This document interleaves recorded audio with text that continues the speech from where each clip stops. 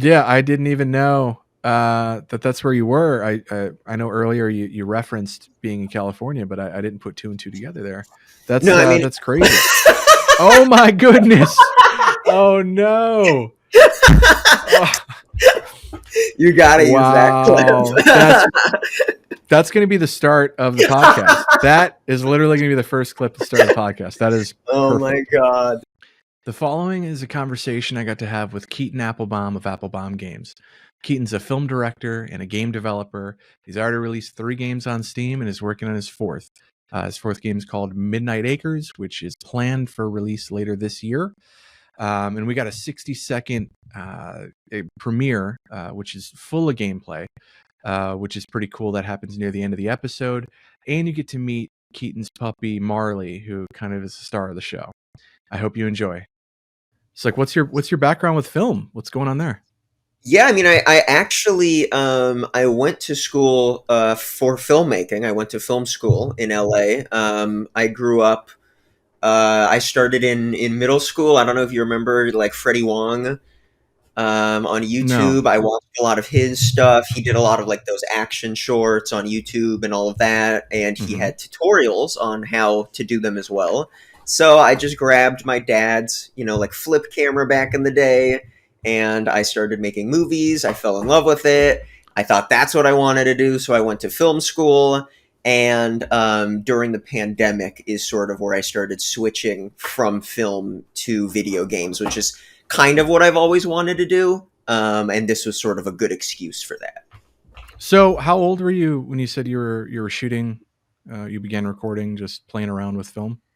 I started doing film in middle school, I think. Just like casually, just with me and my friends, or like if I didn't have anybody to make movies with, I would like clone myself like in the thing and like act Yeah. alongside myself.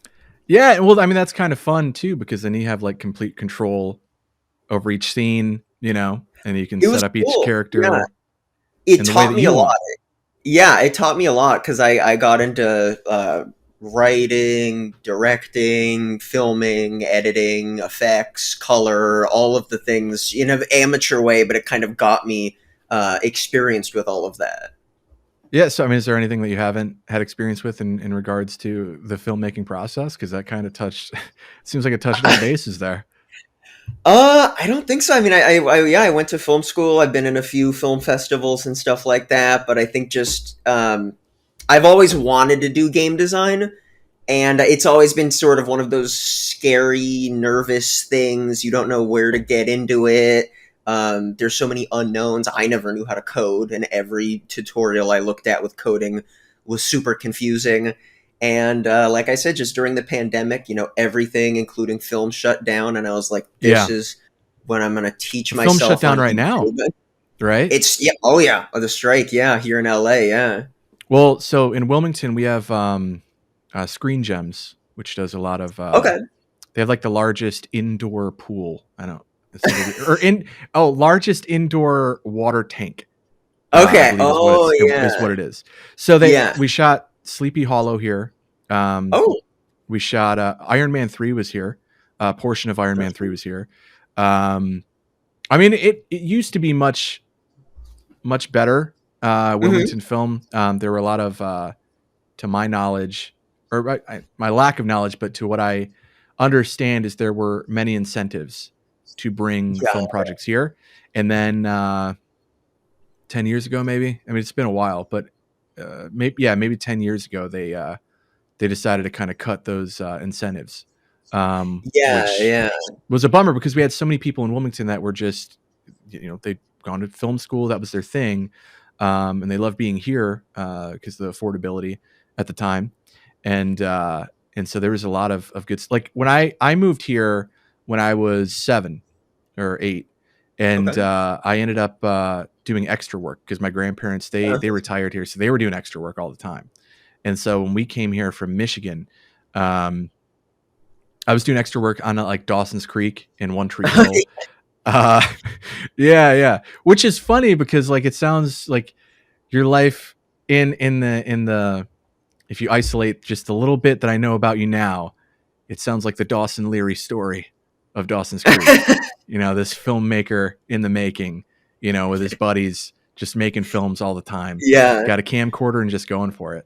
No, I mean, it was a lot of fun. Yeah, it's tricky because you need to rely on so many people with filmmaking, and with the pandemic, Yeah. it all shut down and it just went on pause. So that's what the leap to game design, where I could do this just on my own in front of a computer. I don't need to schedule people or do anything like that. That's sort of what spawned that. So was the video game industry is just in general, was that of more interest to you than film growing? Like, what was the first kind of love that you had? Was it Yeah, well, the film and first, yeah, I think it was gaming. It's just sort of something I've always been really interested in. I played, the GameCube a lot as a kid, Mario Kart Double Dash, Super Mario Sunshine, all of those. So, was that your first console? yeah, Yeah, that's a great first console. I Like think that's that's what helped. That's what yeah. helped. So many of those games are so good still, Oh, 100%. And it's like when I remember when it came out, because I had a buddy, like a mutual friend, a friend of my brother, and I would go over there with my big Mhm. brother. I'd go over to his house, and he had every game console. He always, Yeah. he's an enthusiast, Yeah. uh, but he got a GameCube when it first came out. I was really young at the time, and I was all about the Xbox just because it sounded cool, the Mhm. Xbox. So the branding worked on me, as a young kid. Um, but I remember at the time, like when I first saw the GameCube and how small it was, and the form factor and the handle that it had on the back was like the coolest thing ever. And the controller I was just still like have it. wonky. It Really, yeah. works. It still And works. and so like, well, what? So one of the weird things about it though was the discs. That was always a weird Mhm. thing for me. Was you could have a disc that is scratched to oblivion.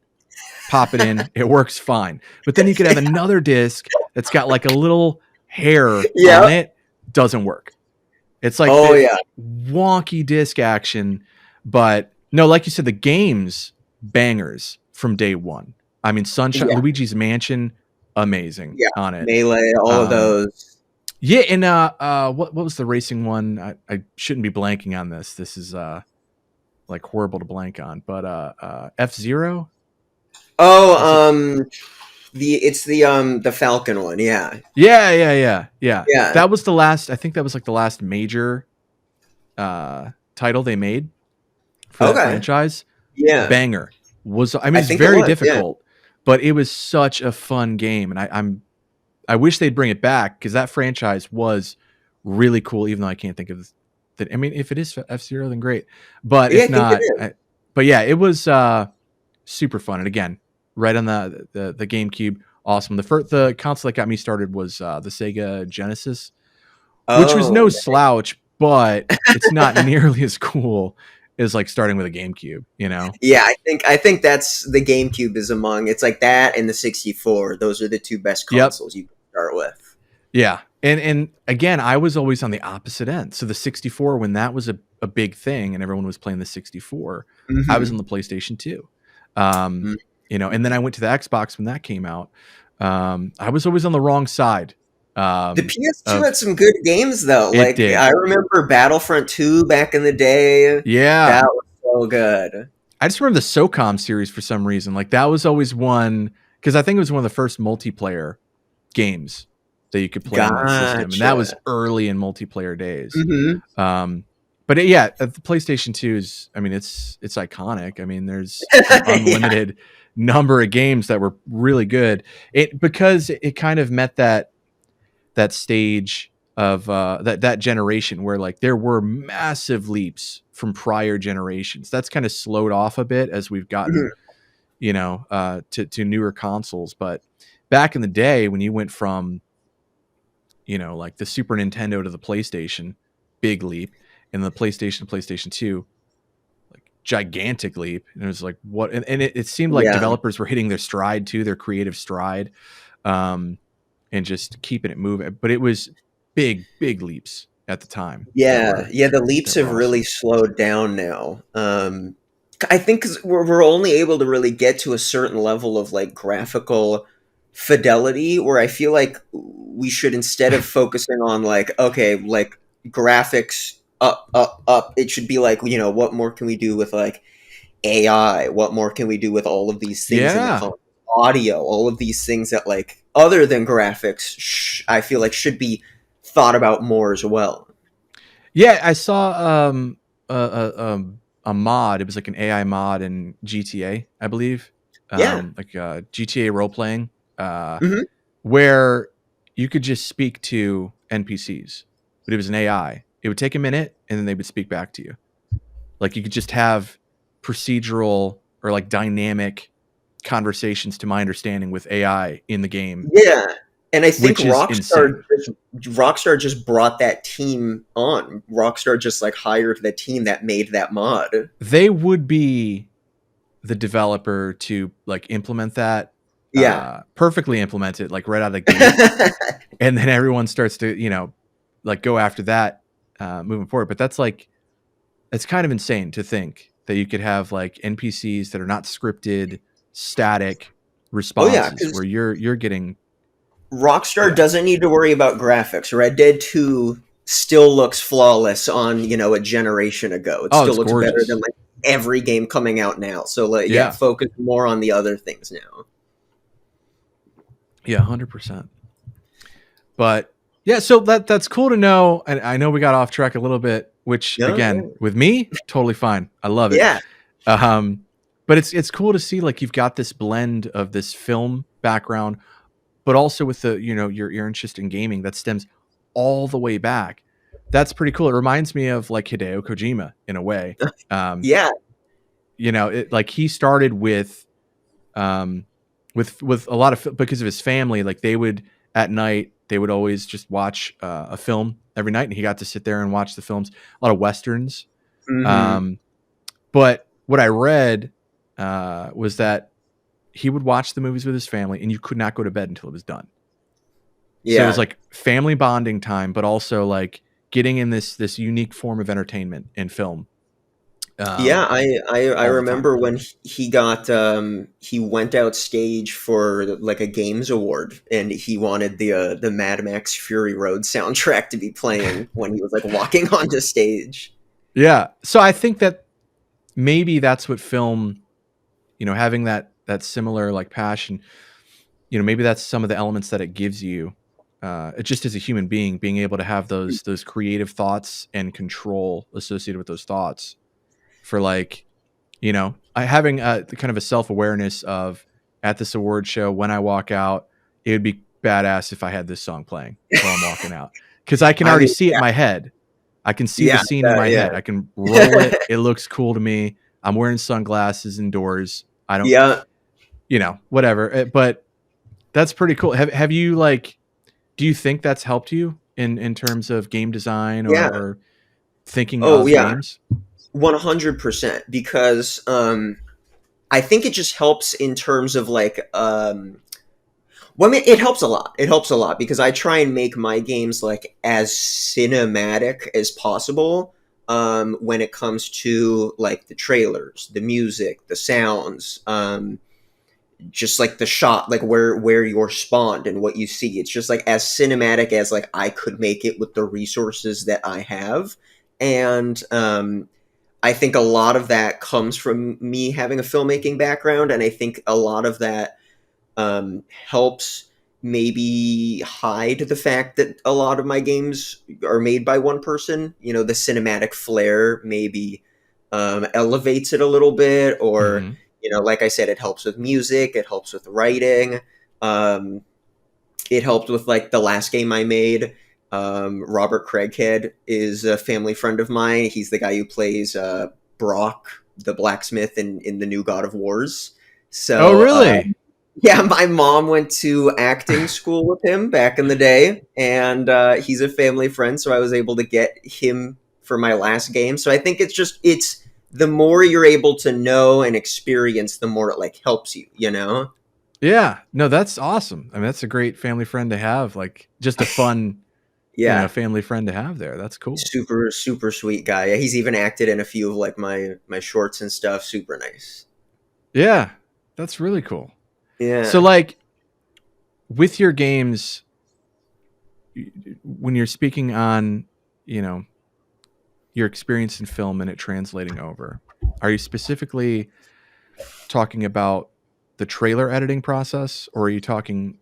Is that including the actual gameplay, the gameplay elements involved? Yeah, no, I think Um, it's both. I think it's really both. I think the trailer's definitely like one, of course, or any gameplay video I come out with, I want yeah, to make yeah. I sure. mean, and I really like Good. the trailers. By the way, like the trailers you put together, Thank you. they're yeah, it a lot of it fits really well with the music. It aligns with the music. When you get certain beats of the music, that's when certain actions happen, and it has that butter. It's hard to like put into words the feeling of like a good trailer when Yeah, I mean, the it sound comes. aligns. Yeah, it comes down to that though, where immediately the first thing I did was find the music and lay it out to get to 60 seconds. Then I just made like an outline with text, like sunrise shot here, um, watering plants here, stuff like that. And then Yeah, that allows me to go into the game and capture just the shots I know I need the way I want them, because it's, I want them to be as cinematic as possible. So I'm gonna move the sun over here. I'm gonna do all of this, and then it's able to come out faster and better, I think, than it would have otherwise. yeah, and it's again as a viewer, like you really appreciate, the like a well edited trailer where Hmm. again the music and sound effects are just so underrated. I think for There. a lot of indies, that may not have Hmm. that film background, that may not deal with editing video a lot, where they'll throw up some good gameplay, but if it's not like aligning with For maybe sure. some music you have going on, or even the sound effects maybe are kind of rough, it takes so much away. It's like the heart of like good showing off good gameplay. It's like what I hear is at the heart of it. I think. I mean, Yeah. but you can tell. It's just it's one of those things that you can easily tell right away Yeah, I with think like the that's first 5 seconds or so. yeah. And then I think UI is another thing that a lot of indie devs forget about or put on the back burner. But I think that's also another thing that kind of is able to separate it, you know. Yeah, yeah, and like you'll see a cursor in there, during the trailer. Like during they're like an official like a release date announcement trailer, they'll have like a cursor in there Yeah. clicking around. Yeah, Or like those are I just always hate like the little like text blocks, or like I hate blocks that are like a square. I hate that. Like I okay. want the rounded edges or something like that. Like it needs to have a little polish. Yeah. Yeah, so that actually that brings me to the first game that I saw. Could you not your first launch on Steam, it was your second game. Island Crusaders, I Yeah, think. Island Crusaders. The UI in that was like nice Yeah, I mean I think in that was Island like Crusaders. yeah, I mean like you said, I released a game before that, but that was sort of like I don't even really count that. It was sort of just a test, like, oh, what can I do with all of this? And then Sure. Island Crusaders, I wanted to be like, okay, this is like my first game. So Sure. um, I knew, since it was sort of an RTS style, spawning characters, all of that, that the UI would need to be pretty important for all of that. Um, but I think it's pretty easy. It just comes down to, you got to go on Google. You got to look up like what are some color palettes that look cool. I was looking for a Mhm. more medieval color palette, so that's where I kind of got the purple and the gold and all of that, because purple is like royalty. Um, and it's just like, it needs a little bit of foresight, but that's it. It just takes some time to think about. Yeah. So can we go back to, since we already talked about the first game, and you were saying earlier like you got started with your game design kind of journey um, post pandemic, right? Mhm. So how does Yeah. that work? You go from film. I assume you have work at that point, film work Mhm. going on. Then it slows up. So where do you go from that moment to be like, all right, I'm just going to go for this totally new industry and just Yeah. and hop in. No, I mean it was definitely like I said, I think if I didn't already want to get into game design as much Hmm. as I did, it wouldn't have happened, just because it is such a leap. Um, It was tricky, but there were a few things that kind of pushed me over the edge. I had a job at the time. It was more of a like a 9 to 5 job, but I was doing the film video for a specific like finance company, which was Okay. awesome right out of film school. But it was very, very, very soul crushing, and just like the classic cubicle thing, which I really hated. And I was there for 3 years. And during the Was pandemic, it 9 to 5? um, well, nowadays it's 9 to 6 because they don't give you an hour lunch. What? Yeah, because back in the day, I think it was 9 to 5, Yep. and they paid you for your lunch or something like that. Yeah, Mm-hmm. nowadays it's 9 to 6, and we had an hour of unpaid lunch. Whoa. Yeah, Okay. So you were no, 9 to 6 with yeah, this finance company for doing three film years. for 3 years. And so were you in their office? Yeah, I mean, I started out.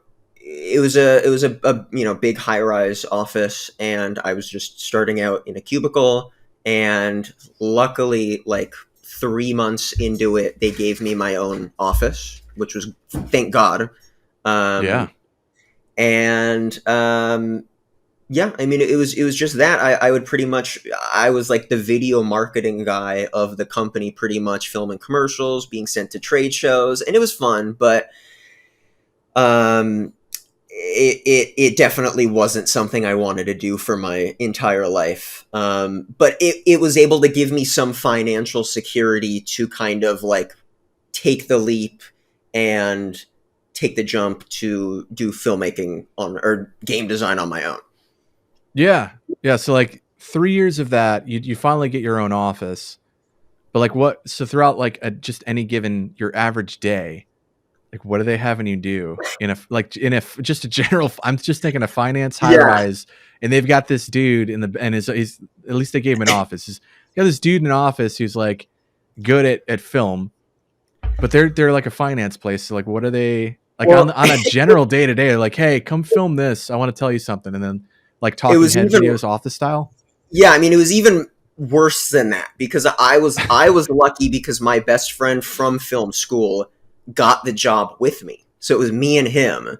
Oh And it's just like it's an office full of, kind of older, suited up, nicely dressed people, and we yeah, come in as like the youngest, we don't know anything. It's credit card processing. They're teaching us everything. I don't know what they're talking about. Um but I mean the day to day was everything in an office is slower than you think it is. Everything takes a long, long time. So you pretty much you clock in, you make a coffee, you check your hundreds of emails that you got overnight. You then it's lunchtime. Then you maybe how you then I film like maybe an interview or like a podcast and I edit it or like new hire headshots, stuff like that. And then I go home. And then it was just oh, a repeat cycle for 3 years. every day. Every They're day, just Monday asking you through like Friday. IT questions. You're like, I'm not even IT, man. Oh, I would get Like, calls from the clients being like, "Hey, I'm trying to talk to Keith over at sales," and it's like, "I'm Keaton in marketing. yeah, I don't know what you're yeah. talking about." You've got like a higher up manager who's older, and he's like, I can't. Can you help me with the internet here? You're restarting the router for him. Yeah, yeah. Like, you're great. You're great. Wow. No, I mean it was fun just because it definitely they gave me freedom that I needed in my office to do sort of my own things on my own time. When I That's got good. so it was good, but it definitely was not my true calling for sure. Yeah. So, all right. 3 years of that. 3 years in the office, Yep. sipping on coffee, answering Hmm. emails, Hmm. unplugging and replugging the router, and then Yep. after that, pandemic happens. So I assume at that point, you guys are Working told, from you home. can go home. Okay. They don't do that in finance, really, but yeah. Oh no. So what were they doing? What were they doing in the high rise? They were still just like, let's go. Oh Bring it yeah, oh in. yeah. Let's go. You're not going home. Yeah. This is fake. Russia has the antidote. You're staying here. Okay. Yeah, we got Yeah. credit cards to process. Get up in Yep. here. We need you Well, 'cause here. technically, like, we're an essential business, but that's where it was Yeah, like, yeah, is video marketing essential to the credit card? yeah. But I Are don't these office like interviews? Is that essential? I know the credit card know. processing. I get that people got to use their cards, but yeah. Eventually, Okay. we talked them into working from home though, so we got that. Okay. Yeah. So 3 years in, we start working Yep. from home. And then at that point, was it like an instant? How long did you work from home for the finance company before you were like, I'm doing this game design thing? Well, I won't lie and say that I wasn't sort of doing it already in my office. Sure. I mean, I that's honestly, honestly, that's how it goes yeah, for the, and if I didn't have that job and the freedom that I did, I definitely wouldn't be doing what I was doing now because that gave me financial security and the freedom to make my own games, which was really cool. yeah. So I was making Island Crusaders all throughout working there, pretty much. I have a Yeah. distinct memory of I walked into the office, everyone is like in the main office area freaking out, and I'm like, what's going on? And they're like, our system got hacked. We're hacked. All the computers Oh, won't turn on. If you had a hard drive connected to your computer, that's hacked and gone as well. And I was like, my a game is on a hard drive yeah. that I think is Oh, connected to the computer. Thank God it wasn't, because the whole game would have been wiped. But oh, yeah, I think I developed Island Crusaders throughout there, and then Animalistic was the first game that I did not working for them, that I could put in a little more time yeah. and focus on a little more. How long did Island Crusaders take? Probably 6 months. 6 months. Nice. It's a good Yeah, looking game. The Steam page also, like, I like the look of the Steam page too. thank It's you. good design. GIFs are good. I say GIFs. Me They look too. good on the Yeah, page. Yeah, it's a good looking. It's a good looking Steam store page. And thank you. then, It's tough. You know.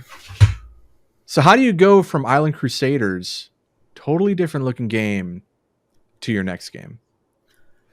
Well, I like to Animalistic's sort of, very, yeah. I very like to different. have different genres in the game. I get bored so easily. I have like the shortest attention span ever. My dog is like opening the blinds, so if I'm getting brighter, that's why. So he's helping you. He's like, hey, let's Yeah, get a little bit more sun in here. yeah. Let's get the light Um, going. but no, I mean, I started out like my first game was like a Portal puzzle ripoff almost thing because it was like Portal 2 is like my favorite game ever. So it was like, okay, I want to make kind of a puzzle first person experience. Hmm. Hold on, I'm gonna move her. What are you doing? Get over here. Um, yeah, my first game was like a puzzle experience. My second game, RTS games were like my favorite games of all time. So then I was like, I want to make an RTS game, but more on the casual side instead of like a hardcore RTS game with all of the sub menus and all of that. So then I did Hmm. that, and then I mean, like everyone else, I love a good first person shooter. So then I was like, I'm gonna make, I haven't made a first person shooter yet. I'm gonna make that. And then I was like, I don't know if I want people to be in it. Yeah, yeah. No, I think the pup's trying to get in here and say the heck with the podcast. Like, yo, I want to be in it too.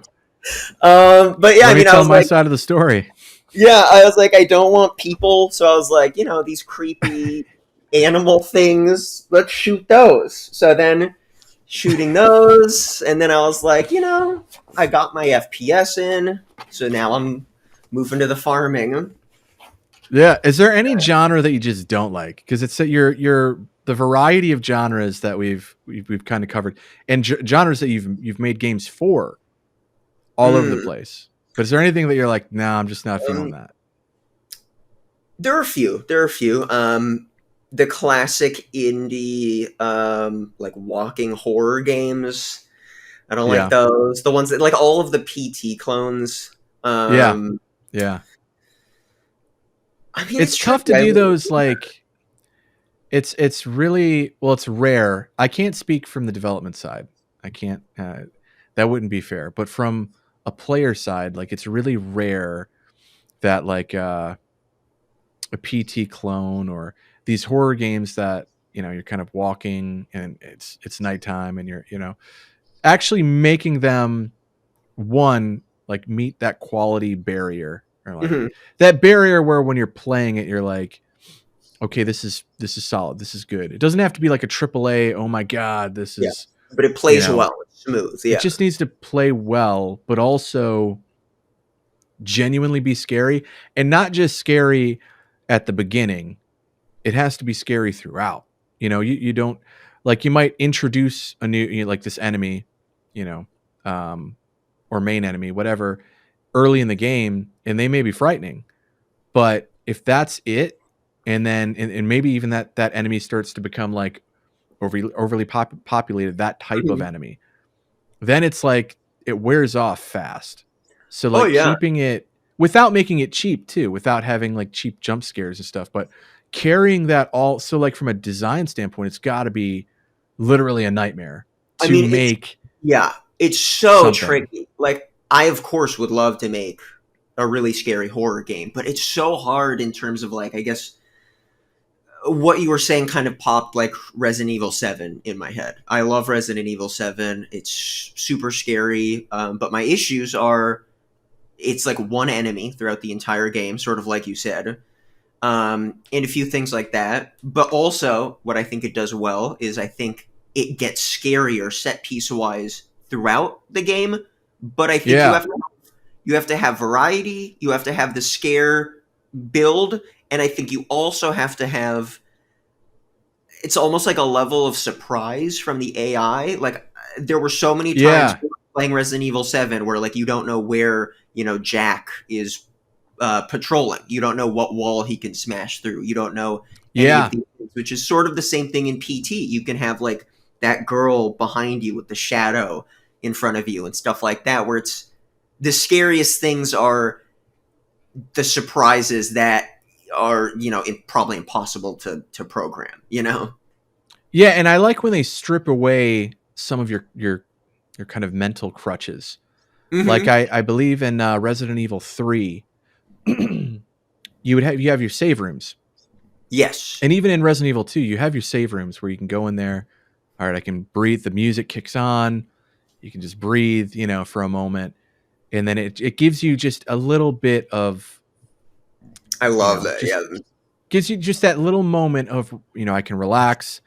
Nothing crazy is about to happen. But then I believe it's Resident Evil 3 where you go into one of your save rooms and it's not safe, where Yeah. Nemesis can get you. So Well, that's even in two. You like the top hat guy, Mr. X, can like follow you in certain save rooms and stuff. yeah, so that, and that's another thing, is where they're hunting you now, I where love you have that. like, so it in the thing, and then I liked in 2 they tee it up by letting you get your bearings. You're exploring. There are zombies, which is fine. They're not the scariest things in the world, but Mhm. you're exploring, especially in the remake. It looks so good, but you're Yeah. exploring, and then you're getting your bearings, and it's giving you this level of comfort. Okay, I'm getting my bearings. I know where this room is. This, you're reading the map. You know where all the things are starting to be. I know I need to go over here now to get this item for this puzzle, and then I can get a shotgun and so on. But then eventually, once they introduce that character, Mr. X, Yeah, it's all game over. at that point, and then you realize, oh, this thing's always hunting me. Yeah. That's a cool moment, because then it's like, oh, this is, now you're again, you're stripping away the things that make you feel comfortable. You get this sense of comfort at the beginning, and they start to strip them away, and then now you have this like Yeah. dread of, which Metroid Dread's a great title, because you kind of get that feeling too when you're being hunted in those little Yeah. I mean, areas in the even map.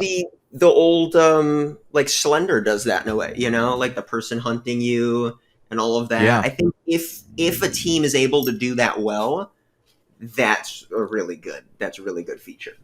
Yeah, that, and then and another thing I like is when they give you other what is going on? I Wow. I have a crazy 11-month-old lab puppy, and she So will make her sweet. presence known.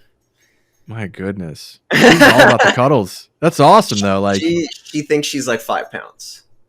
yeah, I love it. I love big dog. Like, I Hey, love really big dogs who think they're like lap dogs. They think they're yes, now chihuahuas. she's just barking at her own reflection in the fireplace. So. Yeah, she's 11 months. That sounds about right. That sounds about right. But Yeah. yeah, no. Well, what I like. I lost my train of thought there. But what I like about the another thing I like about the horror genre is when they give you characters like friendly characters to be a part of your group. You have a group of Yeah. characters. You learn about them, so you feel this. Even if it's a single player game, it's just you. You still don't feel alone. You have these Yeah. characters with you. Yeah. But then as it goes on, if they strip that away and then make it you're alone, like now it's just you. That adds so much to That's really that cool. horror type game where it's like, all right, I had these crutches, I had these other characters that I was learning about, communicating with, and they might have even helped you like in battle and whatnot. But then you remove that element. So like there Yeah. are ways to do it, but again, like you said, it's incredibly difficult to navigate all of that to create something that meets a quality standard Yeah, while and I think also doing all that.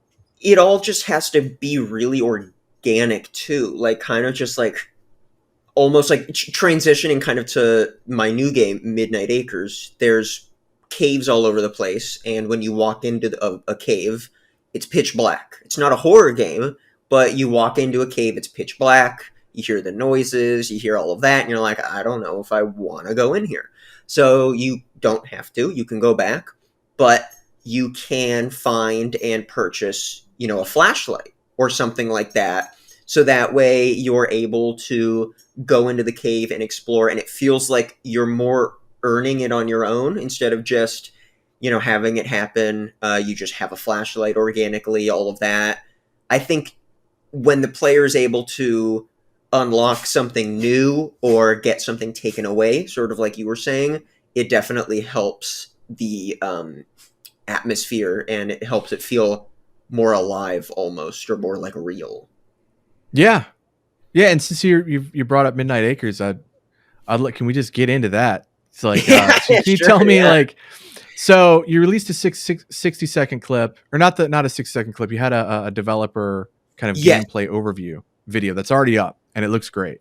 And right out of the gate, you mentioned Stardew Valley, and Doom. Yes. So those two totally different. So could you just give like an overview of Midnight Acres, and then maybe touch on where some of the Doom comes from, and then where some of Yeah. the Stardew Valley comes from? Yeah. Let me get. Hey, come here. Get over here. What are you doing? Get over here. Oi. Oi. My goodness. Ugh. Oh my goodness. All right. Yeah. So, What's the pup's name? Marnie. Marnie. Wow. So cute. Um, Oh my you just goodness. stay there if you're gonna. All right, you can go down. Just don't bark. I better not hear you bark. But yeah, I mean, Midnight Acres it's a really cool genre blend, because I love games that have multiple genres, explore multiple things. Like I said earlier, I have a really short attention span, so I just get bored really easily. So I wanted to really make a farming game, because I just made an intense FPS game. So I was like, all right, now I kind of want to make maybe like a casual farming game. I love farming games. I love base building, resource management, all of those. Like Stardew Valley is like one of my favorite games of all time. But in the end, like no matter how much I play them, I will get burnt out. I do get burnt out and I stop. So I was like, I need to add something else to this game, because I want to make a game that I would really want to play. Mhm. So that's sort of where the idea spawned. And I was like, all right, I want to make a relaxing farming game halfway, and then maybe the other half is like an intense combat game. All right, how can I kind of work both of those things together? Okay, maybe, during the daytime, it's all pretty. You can farm. It's all casual and relaxing. And then at nighttime, um, the enemies come and try and kill you and your farm, and you kind of have to defend everything. And I really wanted no like clocks or anything. Like I wanted the player to always have to kind of be looking up at the sky and see, okay, the sun is like here. That probably means it's Mm. gonna set in like 5 minutes, so I have Yeah, that's time to interesting. go here or there. So yeah. Yeah, I mean that's interesting. I like that line of thinking in terms of monitoring the time of day Hmm. instead of having like something that's generally used all the time, like a clock, a ticking clock. Having it so Yeah. from a design standpoint, the player has to kind of just look up, monitor the sky, No, I and mean then there's make their judgment call. yeah, there's a lot of crutches in today's games. I feel like that. I mean, everybody knows about mini maps, all of those. That in some games are great, but in some games are not needed. Um, so I wanted to give the player that, but not give the player that. So when the player starts, they start with nothing. They start with no flashlight, no compass, nothing. You just have the sky. You look at that. That's how you tell everything. Then you can, like I said, buy a flashlight. You can go into darker caves. You can explore more at nighttime when it's dark outside. You can feel more comfortable defending your farm because you have a flashlight now. You can buy like a overhead compass, like kind of in Skyrim. You don't start with that, but you can buy it, and you don't Yeah. have to, but you can. So that way, it's easier to find points of interest in the map or find your way back to your barn, so you don't get lost. Just stuff like that. I think that I wanted to give the player, but I didn't want to spoon feed the player. Okay. And is the map, is it procedural or is it No, more, no, constructed? no, yeah, I went through a lot of different. I think I went through 10 different map revisions for this game, just because Mm. I knew the map was going to be super important. I was like, I want the player to get spawned and immediately be like, I want to explore this map. I don't know where I am. I want to explore it. So for me, it was important to not do procedural, just because I don't think I would have been able to get the unique areas and stuff like that if it was procedural. Like it would have been more random, but I don't think the map would have felt as special. Hmm. Um, Yeah. so it was like this tightrope balance of not procedural, so it had to be big to keep the player's interest and always sort of give them something new to do and allow for replayability, but not too big, so you can walk around it because there's no cars or anything like that. Um, it had to have all of these different things in it, but no, it's not. It's not procedural. It's crafted. It's I mean, I don't know if I want to say like an open world, but it's like a sandbox world, I guess. Hmm. Yeah, and I mean, with procedural, like you said, there's a fine line between utilizing that and amplifying the experience and making it a Hmm. better experience versus adding fluff and kind of making things feel a little bit void of interesting, things that seem a little, that seem more cohesive to the world, if that makes Yeah, sense. Like you'll have a cave so the idea, like if you do it wrong, you'll have like just cookie copy paste exactly. cave here, and it doesn't gel as well or feel as polished as it would if you did like you're doing, where you're kind of just kind of handcrafting this, this Yes. map. So from Yeah, that I mean, standpoint, it sounds like a and good move. I think there's some maps that like procedural generation is great. I think it's good for if you're making small maps because you don't need a lot of the big area, so you make small maps with like tiny things here and there. Yeah, again, okay. Oh My my, goodness, this is my life. This is my entire life. that's not a bad life. That's pretty good. That's It pretty could be worse. good. It could be Got a worse. pup, loves to cuddle. That's awesome. My Um. goodness. Oh my She god. What was genuinely it? thinks she's like a 5-pound little pup. Yeah. Yeah. My What are you doing? What's the g- plan of action right here? Oh my goodness. Oh my She's got the god. tail wagging and everything. She's happy. Um. She's on the show. She's happy she's on the show. This is Yeah. what's going to be Welcome. clipped. Like this is what's going to be used for like the cover of There the we YouTube, like the episode on YouTube. It's going to be the dog. Yep. There it go. is. That's going to be perfect. That is the um. best. My God. Wait. goodness. Oh my gosh. What was I saying? This dog is She's insane. looking right at is she looking at the monitor or like, I actually think that this dog is like possessed. I think my my goodness. girlfriend and I recently watched Marley and Me because I've never seen it, and Oh, wow. um, Okay. apparently the real life Marley had like a brain issue. That's why he was like so bad. He had like some sort of Oh, neurological issue. yeah. That's what I think is with her too. Is you sniffing the mic? That's Yeah. awesome.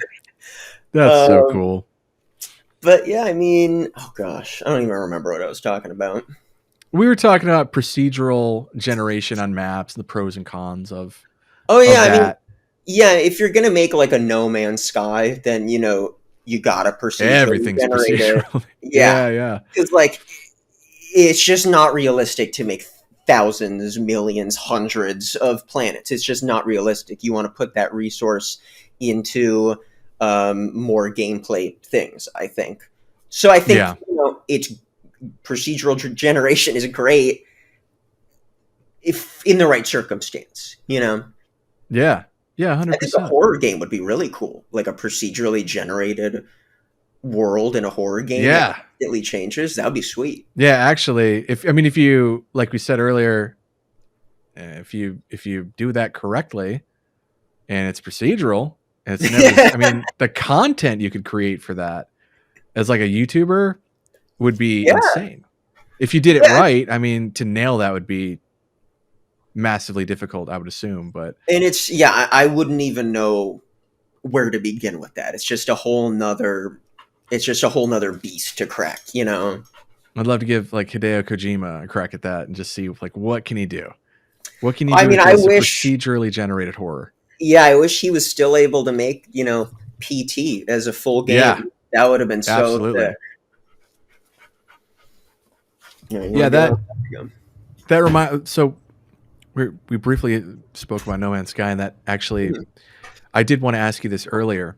Um, with like Starfield coming out, Yeah. just had Baldur's Gate 3 and all these like top tier game. Have you been able to now that you're I mean you're when you look at your developer page on Steam, like you're Mhm. cranking games out fast Yeah. relative to Yes. the norm. Which I Do think you, you so are have to you as an indie dev, you have to because that's the only way that you're gonna make any sort of money or anything with it. well also it just shows that you're grinding. Like you're constantly working, constantly improving, constantly, learning new things. I assume, Yeah, that and I that's mean, what's going with on. each game, of course, you learn so. Like, I mean, if I could go back and remake Island Crusaders now, it would be completely different. I can't, Your and it's remaster. yeah. Island Crusaders remastered. There it But is. I think it's so important to constantly be making games. And that's what I learned in film school with constantly making short films because the more you make, the more you learn, and the more people follow it. You know? Yeah, and the better you get. I Yeah. mean, so with all of that happening now, with you constantly cranking games out here, are you still actively playing, the new releases that are coming out? Do you still have time to Oh do that? yeah. I mean that was actually like a really important thing for me. Actually, that was like I gained more of that time leaving my 9 to 6 finance job because I think it's so important to if you're gonna make games, you need to be constantly playing games. If you're gonna make movies, you need to constantly be watching movies. Same with music and all of those things. Hmm. I try and play, a little bit each day. And depending on what game, it could be 1 hour or it could be 10 hours, you know? Who knows? I just, I was lucky enough to play Elden Ring finally, and Nice. that was a good one. That was one that was my life for like a month. Yeah, I played that one for a long time and then stopped. And then 2 months ago, or month and a half, 2 months ago, I picked it back up. Because it was on my Steam Deck, like it was sitting there, It's so good. and and it was just like calling out to me, like you gotta try. So I tried it once on the Steam Deck, and I was like, all right, this is cool. I like that I'm able to do this on the deck, but I need to get back to the PC and get back in. And so I got back into it and completed it. The Yeah. first playthrough How completed it. long? How long did it take you? Ooh, Yeah. way longer than I'd like to admit. Like it took me a long time I because think. not Yeah, I only think mine was 90 hours. I was right around, yeah, that was Yeah. about where I was at because it took me. I liked the open worldness of it, so right out of the gate, I embraced that to Yeah. its fullest, and I was checking every little nook and cranny. I mean, I was doing my best to avoid where it wanted me to go. Exactly. Yeah. Like I was purposely like, nope, I don't want to go that route yet because I. But the thing is, there was a turning point while I was doing that where I was like, wait a minute, all right, maybe if I just went the straight route, it still would have taken like 50 hours. So I feel like I'm adding way too much to this playthrough. All right, let's try to figure it out. Um, but I did beat the one boss. What's her name? Oh, Melania. Yeah, that was I awesome. was. She's the one boss that I still need to go back and beat. I was slamming my head against the table. I beat all of the bosses. Like, I mean, like the Godskin duo sucked, and like there are a few bosses that That like yeah, the Godskin duo it's was it. What I didn't like about that one, and it's what I don't like about a lot of games, is there's a very clear, or at least you can look it up on YouTube, a yeah. clear, easy way to do it Mhm. that almost feels like the developer wanted you to go that way to defeat them, like putting them to sleep. It Yeah. felt like, oh, this is what they want me to do, Well, I but it think didn't that give the flexibility, so it yeah, felt narrow. Like it that felt it. Yeah, that boss fight was like one of the few missteps in such a flawless game because I think the game is so good at like you can do whatever you want. You can use whatever weapons, powers, anything.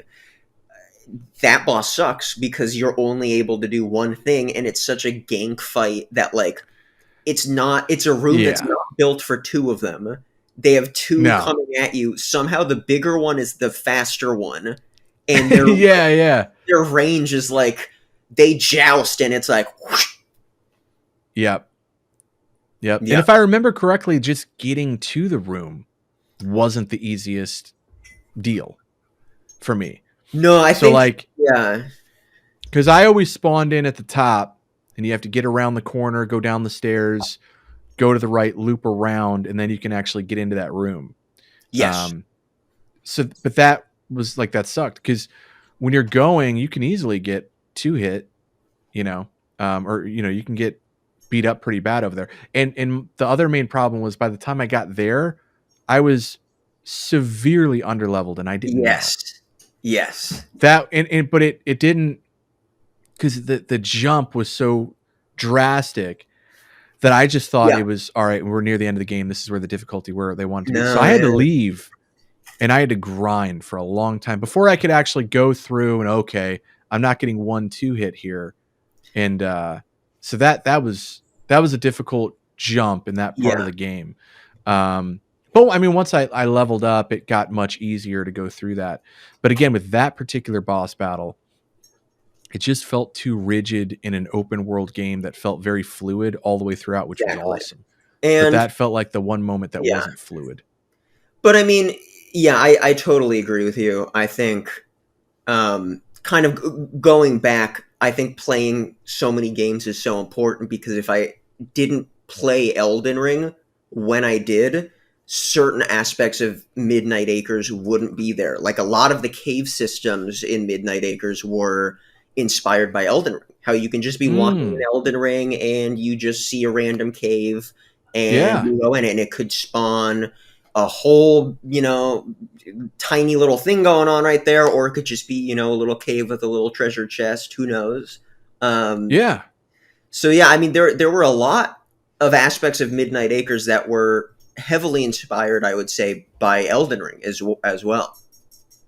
Are there any other games outside of Doom and an Elden Ring Um, and Stardew Valley that you can pull from, or that you've pulled from rather for Midnight Acres? those were sort of the main ones, and then it kind of organically just. Oh, well, hold on, somebody might want some water. Yeah, yeah. That's actually a great reminder for anyone listening or watching that Hey, hydrate, hydrate up, hydrate up. hydrate. Yep, it's important. And I'm not with my coffee, but I'm gonna drink. um, no, I mean, I definitely those were the main games that inspired me. Can you Yeah, can you hear her flopping around back there? yeah, oh yeah. No, that's again for those that are gonna listen and not watch. They're getting the best audio experience. They're getting this is the preferred audio experience or experience for this podcast is Yeah, audio only, I mean, so you can just she's just really a focus on. possessed demon. I don't even know. She's gone back. I That's can't. Can I talk, please? About? Are you done? Okay.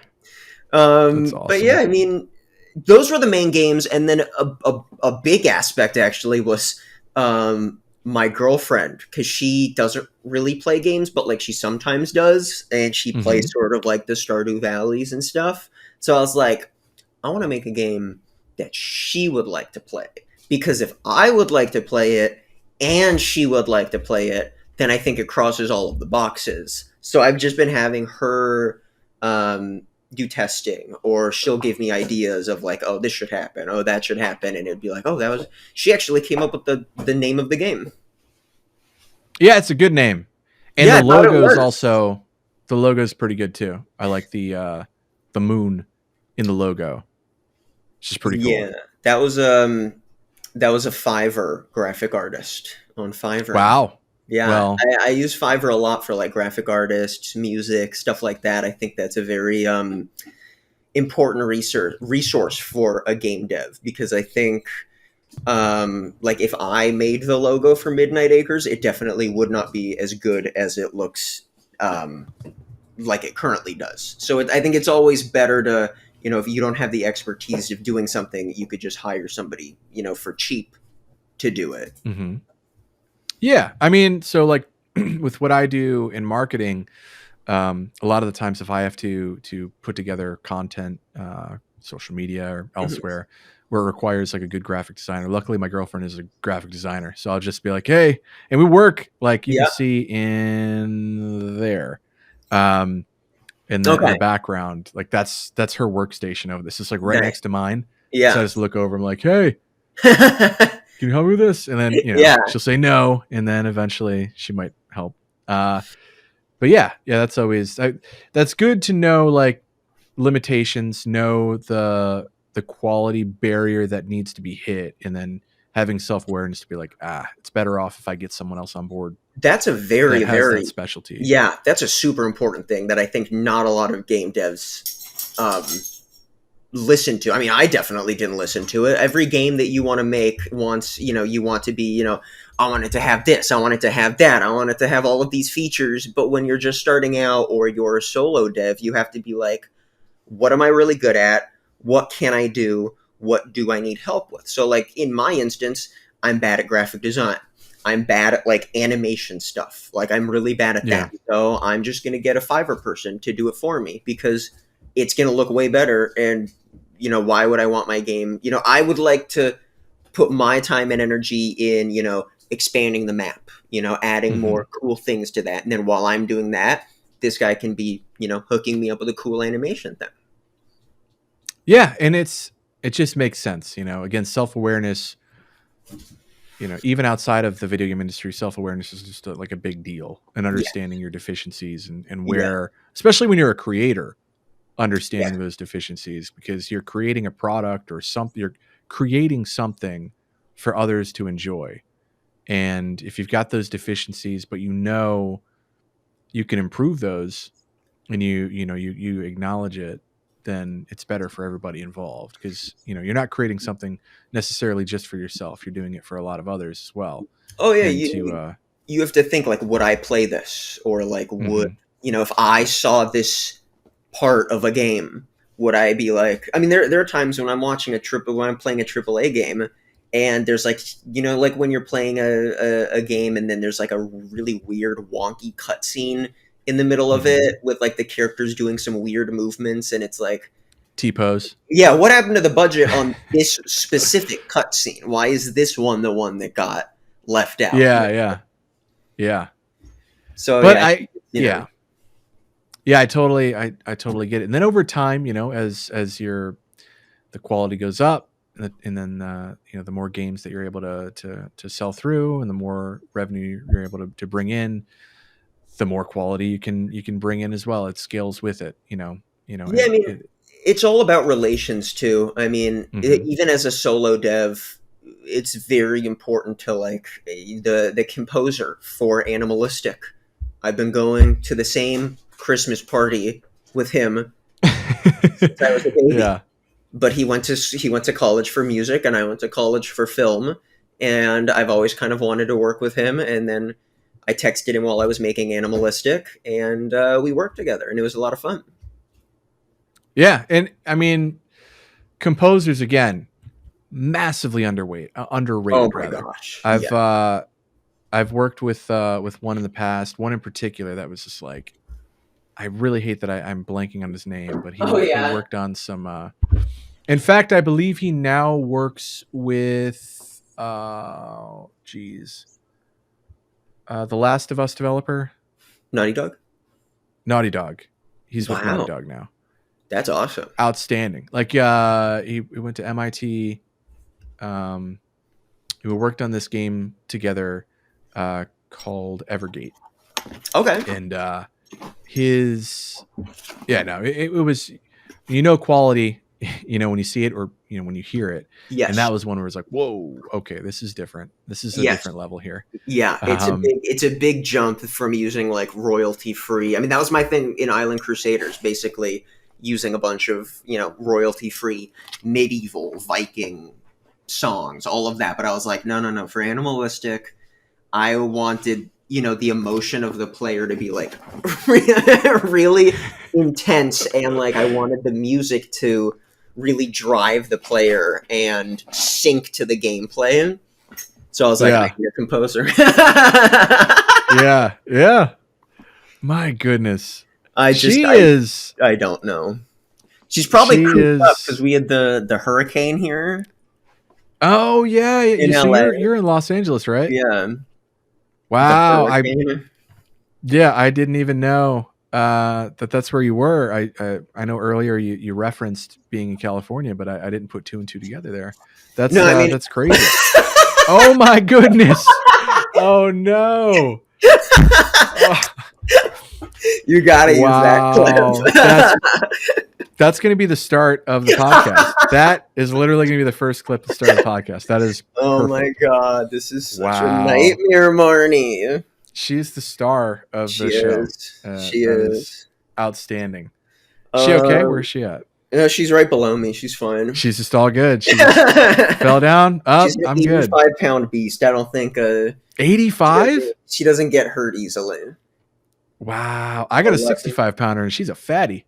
11 My months, 85 goodness. pounds of like Yeah, pure she's gonna be muscle. big. Wow. I mean, again, that's my kind of dog. I like bigger the better. I love that. Not to the point to where they're just like super unhealthy, Yeah, but bigger pup, loves to cuddle, those yeah, are the best. yeah. Those Yeah. are awesome. Wow. Well, do you have a game of the year so far? Oh gosh. What came out this year? Did Elden Ring come out this year? No, that came out last year. No, yeah, that was Okay, last year. hold on. Let me look up. This year's been 'Cause I like know it started. most of them It are wasn't. later this year, right? Yeah, yeah. So like earlier in the year, it wasn't. It wasn't like just absolutely full of bangers, but they did Final Fantasy 16 came out. Yeah. Zelda, Tears of the Kingdom. Baldur's Gate 3, which I haven't had a chance to play yet. Yeah, I want to play that. I Starfield's haven't coming. yet that. No, I Yeah. mean you got like Spider-Man 2. Can't wait for that. Spider-Man 2 is going to be awesome. Yeah. Yep. I'm cautiously optimistic on Assassin's Creed Mirage. Is that this year too? Yeah, I think October. Lies of P comes out September. That looks cool. Yeah, it's a neat one. That's a I really guess so. neat I don't one. really have like a game of my game of the year this year is Elden Ring because I played it. Yeah. I played 90 hours of it this year, and it sucked up my life. So it's my honorary game of the year this year until a successor comes out later this year. Possibly. I'd love to see at the Game Awards they go to announce, and then it's Elden Ring again. Just they Elden won it Ring, last year. Bring them back on this year. Yeah. Well, they should have an uninterrupted game speech this year. Yeah. That's true. But I don't. For me, this year, I'd have to say Final Fantasy 16 for my game of the like Zelda Tears of the Kingdom.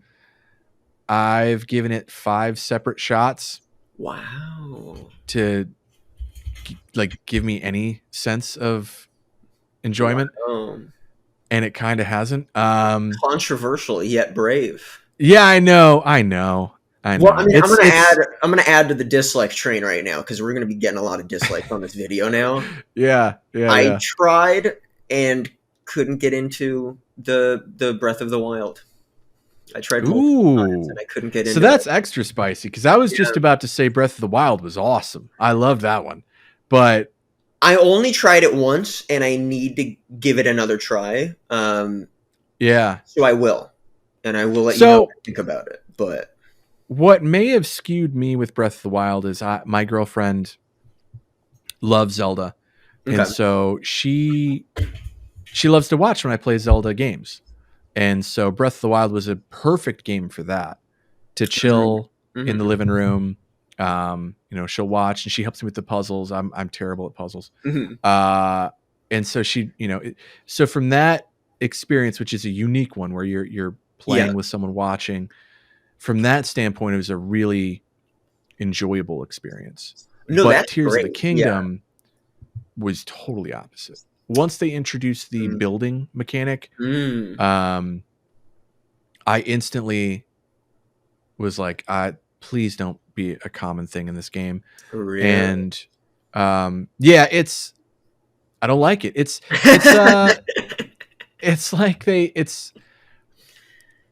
I'm going to try to watch my words. It's a hot take. It's a hot take. It's a burning hot take. Yeah. I can see why people enjoy it. I get it. I get why people love it. Zelda is awesome. I get that. But I don't I was listening to a podcast recapping it, and they were saying it's arguably the best game ever made. That is like the most reactionary, overblown take. Yeah, I mean that's just recency bias for sure. That is insane. Yeah. But it looks awful.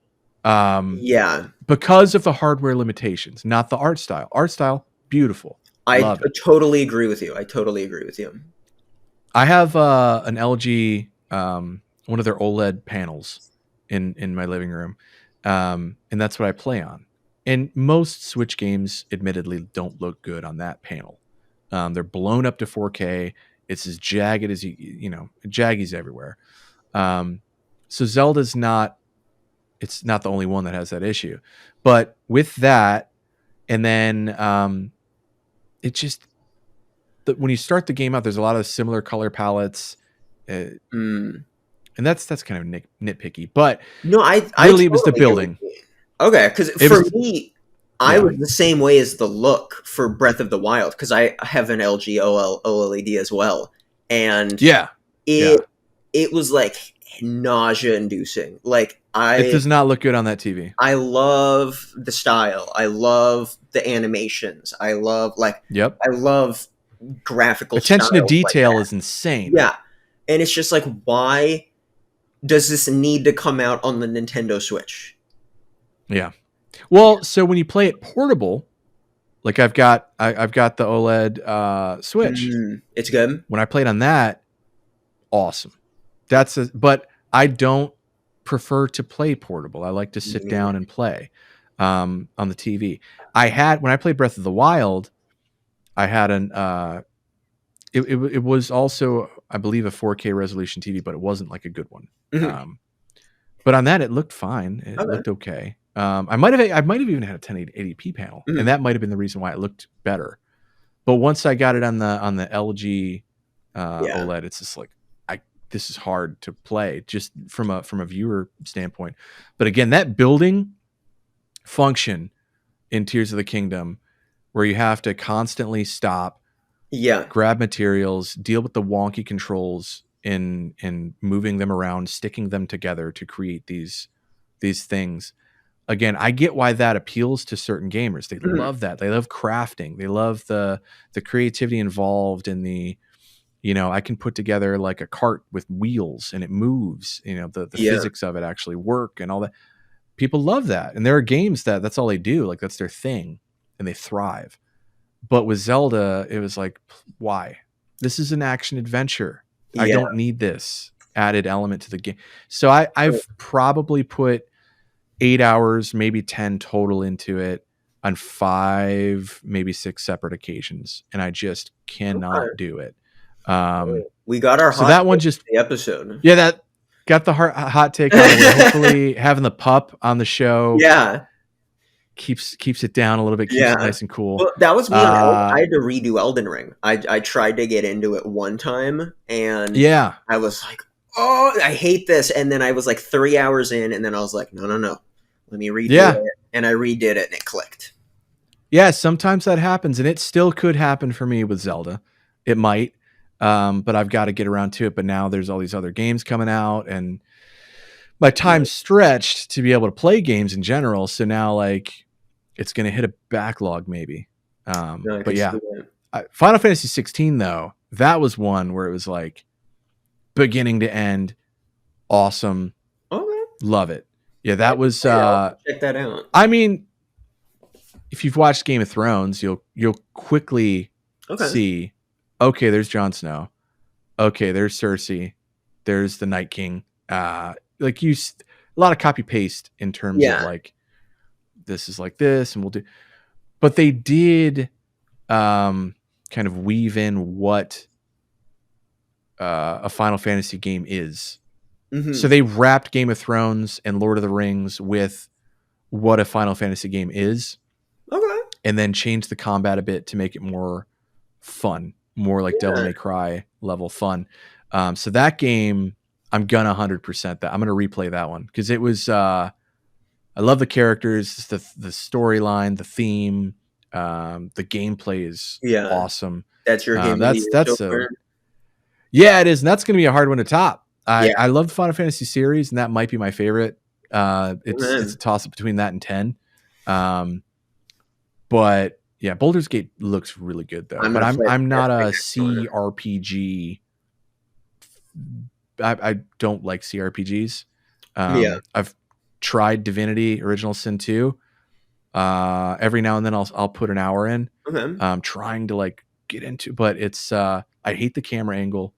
I don't like the over the top. I like behind the third person. I like the your traditional like Final Fantasy 16 or Devil May Cry. It looks good. Yeah, I'm the same way. I've never really gotten into the top-down, like turn-based, all of that. But from what I've seen from Baldur's Gate 3, especially with like the cutscenes, cutscenes look awesome. Cutscenes. Yeah, I'll definitely look insane. Check that one out. Yeah, that's gonna be the next one for me. My game of the year is Midnight Acres.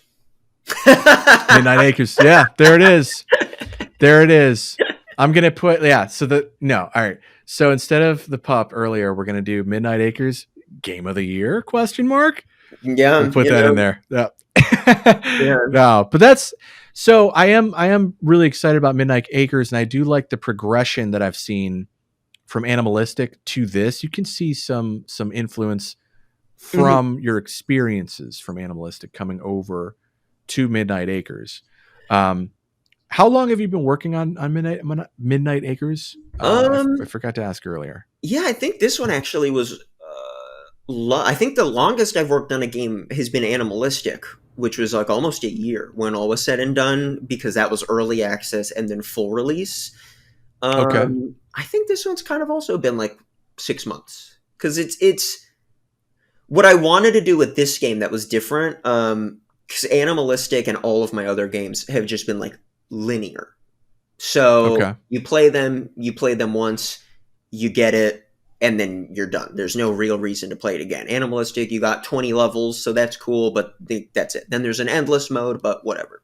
With this game, I was like, I want to make a non-linear kind of sandbox experience. So I kind of took what I learned from all of my past games, especially with optimization was a big thing with this one because of how big of a world it was, and I was so bad at that with the first draft of Animalistic.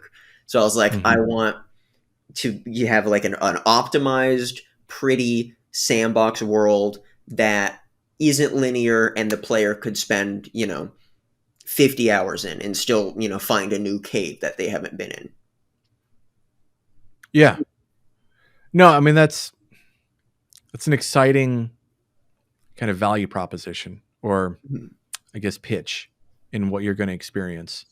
Um, are you targeting early access launch, or are you going to just go straight to a full launch with that? No, I did early access for Animalistic, and I learned a lot from that. I don't think this one is going to need early access. There aren't Mm. really a lot of bug issues I've run into. I don't know. I mean, I'm going to do a lot of testing. I'm going to do. I mean, another good thing with Fiverr is you can just hire a ton of game testers on Fiverr to play your game, and yeah, I'm going to just do that and see how it goes. But I'm going to try and not do early access and just have a full released game in 2023. How about that? That's ambitious. That's ambitious. We're mid to late August here at time of recording, so we're getting through. Yeah, Have you considered, or do you have a Discord server for your company? I do have a Discord server for AppleBomb Games. People can go on it. I have channels for all of my past games where you can like show videos, screenshots, bugs, just like Hmm. chat, all of that. Yeah. So in there, that might be a good place to get some early testers. Is That is a good idea. Maybe utilizing I'll the hit some of them community, up too. save a little bit of money, but also get Yeah. some more like because if they're going to go out of their way to join the server and then also indicate that they would like to play the game and help in testing, you might get some more honest feedback or more productive feedback maybe. Yeah. I'll try that. I have Hey, a whole uh, I have like a 2-page document full of just questions of like uh oh really? yeah, what did you like about this? What did you not like about this? What did you find? Because Yeah. it's just like I want to make sure every single aspect of this game is at least somewhat competent. Yeah. I mean, that's great to Yeah. aspire to. It's just let's get competent. Well, Let's get there. people don't test enough, I think. People don't test it. And it's not just in terms of bugs. It's also in terms of like is it fun? Is it, the Hmm. EA guy said like is it good for the player, Like how long does it take to actually for you to walk from point A to point B in the map? How does that react to gameplay? All of that. Yeah, and even update, like when you're pushing an update, like Yeah. thorough testing on that because it might break something totally seemingly not associated with the update. Well, that's something I've learned. I mean, it. Oh yeah, Oh yeah. that's animalistic, or is that No, something from no, day thank one? God. No, I think that was either Island Crusaders or the one even before that. But I mean, you deal with so many just like stupid mistakes that you cause on your own. I remember, yeah, my first game was like a horror, testing. It wasn't even on Steam. I think it's on Itch.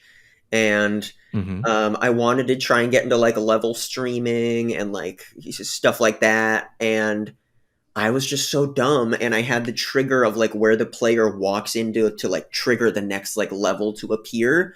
Just be like this Hmm. small thing that the player could easily walk around. So there were so many, that was my rude awakening to the game industry. There were a bunch of YouTube videos um hating on the game experience and exploiting the bugs and stuff, which I think Yeah. really funny now. I didn't back in the day. I Yeah. think it's Yeah. really funny now. It's a little trial by fire, but at the end of the day, you can laugh at it. If you keep going and you don't just give up at that point, you keep Oh it yeah, because going. you And just got to look, and you're like, if I was playing a game and I walked through a door and an obvious level wasn't loaded and it was just a blank level, I yep, might make a funny video about it. yep, Yeah, yeah. I mean, honestly, you could probably purposely design that into games to make them, like a self-aware game where it's like you have this humor involved, where there are things that yeah, would be more amateurish, but purposely put in to make it, while it's still professional and so on. that'd be funny. Um, Yeah, I've always been yeah, interested in like a game that was like you go behind the scenes of like the game's code or something to like break it, yeah, yeah. something like that. Is it Stanley The uh, Stanley Parable, Par- yeah, Parable? Yeah, perfect. I mean, that's a that's great one. that's a great, yeah, it's a great example of that style of game, which is super fun. And Yeah. that's not just fun for the player, that's also a excellent game again for content creators. That's something that is fun to watch, it's fun to play. It's just Well, I think that's it's an it's awesome excellent all the way game for around. like indie devs as well. Like I Hmm. wish I came up with that, walking around an office and, the only character is just a voiceover. Like Yeah, that's so yeah, that's cool and true. easy.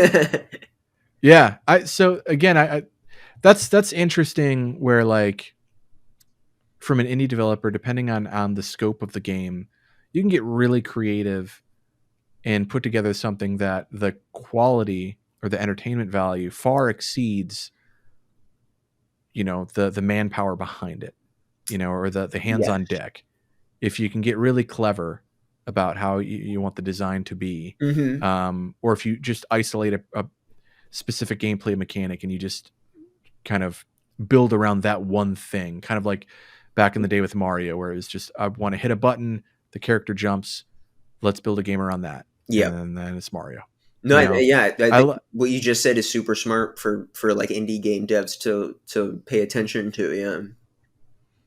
yeah, it's like simplicity, just Hmm. heightened focus on simplicity, but making sure that simplicity scales out, and then you can make something really really interesting, like the Stanley Parable. You're walking around Yeah. at the It's at like the a core walking of it, simulator, but it's so much better than but that, so clever, so creative. Yeah. Yeah, yeah, 100%. So with Midnight Acres, we've touched on it a few times already. You've supplied me with a new 60-second clip, Yeah. which I'm very excited to check out. Gameplay, right? A lot of gameplay. Oh yeah, I mean the 60-second trailer is like 95% gameplay. Yeah. Love it. That's perfect. I mean, it's so my favorite. It really, that's my preferred trailer, is just gameplay dense. Yeah. Just give me all the gameplay. I hate that Um, so many launch trailers nowadays just show the cutscenes or all of that. That's good for a story trailer. sure. That's it. Yeah. Yeah. I just give me gameplay. That's what I want to see, especially with the wealth of games that are always coming out every day. Hmm. Just give me gameplay. What does Yeah. it look like in motion? But yeah, let me pull it up here and we'll take a look at it together. And then we'll talk about it. Let's do it. All right. So yeah, we have the trailer that we're gonna take a look at together here. I'm really excited to look at it. 60-second gameplay trailer. Let's go ahead and let's do it. All right, let's do it.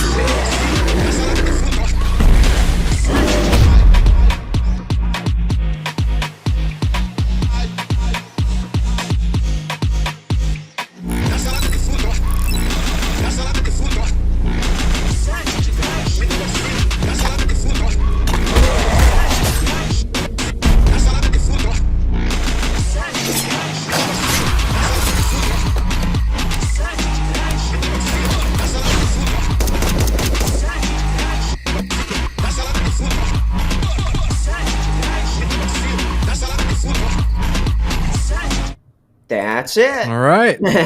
There it is. Lots of gameplay and variety Yeah, a of lot to gameplay. unpack for sure. My favorite part of it, the fishing. Ooh, So okay. I like there's fishing. That's awesome. Not just farming, also fishing. I Um, love fishing. yeah, so Love it. I could see some of the inspiration with the caves in Elden Ring. Nice. That was cool to see.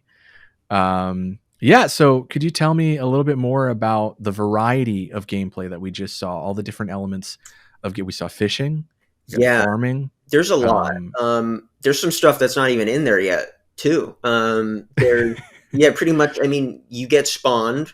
There's like resource management, so that's like chopping down trees, going into the caves, finding stone to, pick at, crystals, stuff like that.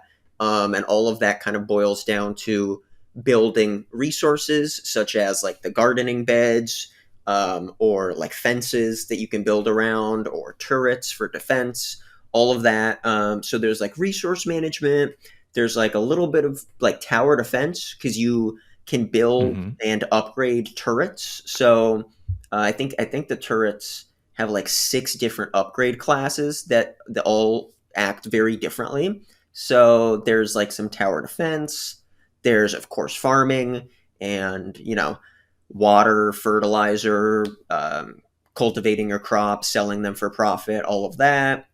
There's a really cool fishing mini game, like you said, and that was actually a very, very important aspect for me because I love fishing mini games, and I haven't really found a good first person fishing mini game. There's like a lot of them are Mm, Stardew Valley or like Animal Crossing, like kind of that style.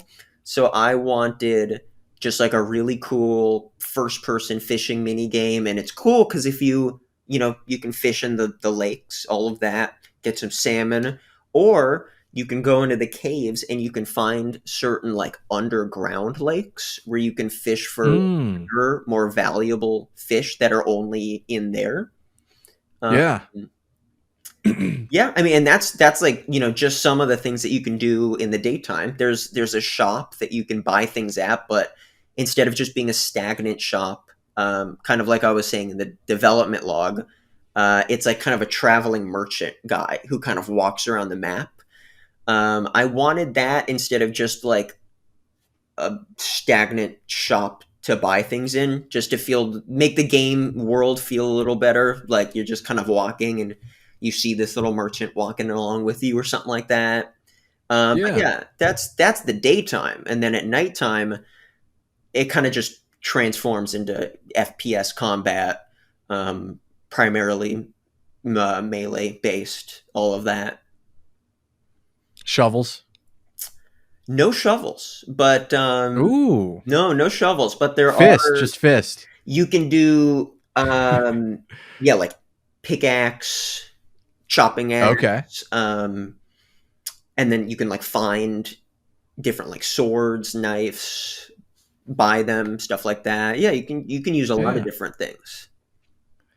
And so our enemies, like you said, tower defense. So I assume that means enemies are going to be coming to your farm or invading your farm at night, Yes, and you're defending the farm. yes, it's not, and that was sort of something to figure out at the beginning. They don't come for you; they come for your farm. So if you're out over there, your farm Hmm. is toast. Your farm is going to be toast in like 3 seconds, unless you have good defenses with like fences, turrets, all of that. In the end, they prioritize your farms and your crops. Of course, if you get close to them, they'll attack you. Um, but they always prioritize the farm. So they're there for like the pumpkins, Hmm. squash. Yeah, gotcha. And so that's the goal there is to defend the farm and not let it kind of perish into nothing. Yeah, because in the way it's kind of like a cycle in terms of you use the crops to gain money to buy defenses to defend against the crops. So if your crops are gone, you're not going to have any money, and it's going to be game over. You're not going to be able to really buy anything. You can defend yourself, but that's about it. Gotcha. So, in terms of the farm itself, could you touch on the building mechanics within the farm and improving the farm? Do you have a farmhouse that you can kind of customize, grow, anything like that? Yeah, I mean, you can basically you can build your gardening beds to put your crops on, and that's the gardening beds are what the enemies go after. But you have like an Mhm. upgrader tool, and you can upgrade your gardening beds from like wood to like reinforced wood to stone, so that they have more Mhm. health. You can build and upgrade fences around your barn. I didn't want an upgrade to the barn itself. I wanted the barn to stay stagnant, and then it's everything around it. So it's you can build the crops, you can build the fences, you can build like lamp posts around, so it's brighter at nighttime. Um, just like a bunch of stuff like that. Because in the end, I was doing a lot of testing, and you do spend a lot of your time, going to the woods and going into the caves and exploring because you can't really do that at nighttime. So I didn't want to add too much to, building up your barn itself to take away from that. It's kind of like a fine line to walk. Yeah. And so at night, when the creatures come out and they invade, is that a time where if you were to explore in the caves at the same time, um, are the enemies in the caves too at that time? Are they in the cave during the day? Like, when do Yeah. you, like, as a player, when would be the better time to get out there and explore? Yeah, so you want to explore the world during the day for sure because there's no enemies really throughout the day. There's a Mhm. few like mini boss kind of like big ogres, big things like that are kind of always maybe like around one certain area, but those are super rare. Caves, however, are constantly flooded with enemies. Flooded is probably the wrong word. It's more of just like, walking along the cave and then you maybe see like a giant spider or something like that. And then you have to attack it. But then he's dead.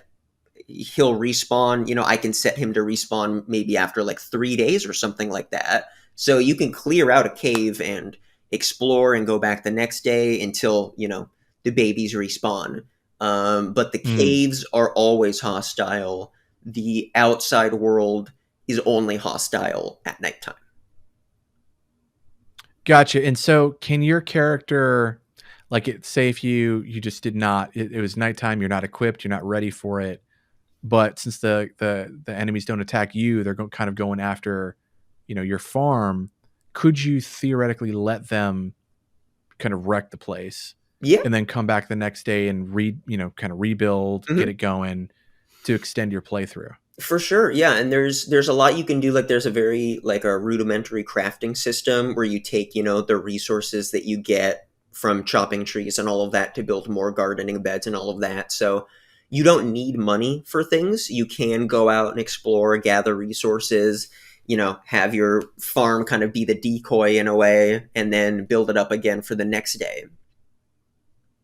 Awesome. And do you have plans for like any shows? I know Gamescom, I think, is about to happen. If not now, I think it might be a week away. Or this week. I don't know. It's not in the United States, so I'm kind of like off of it. I Yeah. don't know. I should know, but I don't know offhand rather. Do you have plans to bring Midnight Acres prior to it being publicly available? Do you have plans of taking it to any shows, Um, any expos, anything like that? I would, of course, love the opportunity of that. There are no current plans right now. I'm in talks with a Hmm. few publishers who've reached out to me, which might be able to spearhead the operation. Sure. But that's definitely one of the tougher aspects of being an indie dev. Yeah. You only have a certain amount of time throughout the day, and you want to spend the most amount of time. Um, Making the game and making it as good as it can be. And then the other part of the day is like, okay, now I have to, make a trailer. Now I have to do all of these Yep. other things. And, you know, I wouldn't even know where to begin getting into one of those. Yeah. Well, what about Steam? Anything like Steam Next Fest? That Anything like yeah, that where it's digital? that's a lot more doable. I'm gonna try. It depends on the release date, but I would love to be involved in like the Halloween festival on Steam because it's kind of a little Halloweeny. Hmm. I would love to be involved in Next Fest. I would love to be involved in, just all of their events. Yeah, I love that Steam does that because it does it lowers the barrier rather, and allows developers of all sizes to kind of get their game out there. It's not as resource dense or costly as it is, to go to an in-person event, especially if you don't live near that area, For sure. and you have to fly, sometimes cross country or across the world. And then the time that you're there is time that you don't have that you're not developing the game. Yeah. You're kind of in person.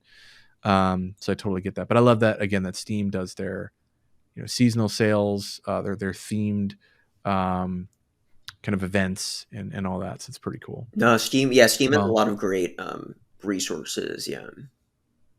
yeah, 100%. Uh, well, look, this was super fun. I really enjoyed this.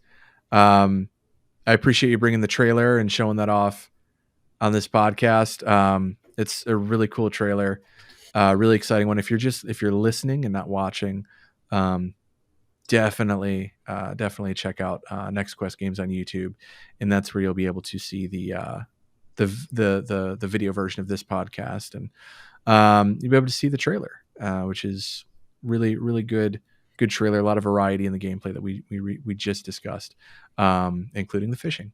Um, yeah. So again, I appreciate you joining the podcast, and I look forward to getting this published and out there, and I'm sure people are going to love it. And yeah, this is just Yeah. a great time. Yeah, thank you so much for having me. It means a lot that you have somebody on a lower level, you're giving an indie dev, a solo dev, their voice to advertise their games and promote their games, which they wouldn't have otherwise. It's such a hard business to break into. It is a hard business to break into for sure. Yeah. But I think that anyone that wants to devote the time, which is a lot of time, and the Yeah. resources in creating video games, which is my preferred entertainment medium. Mhm. If you're going to put in the time, like this is not your first game, you've been putting in the time, you've been cranking them out.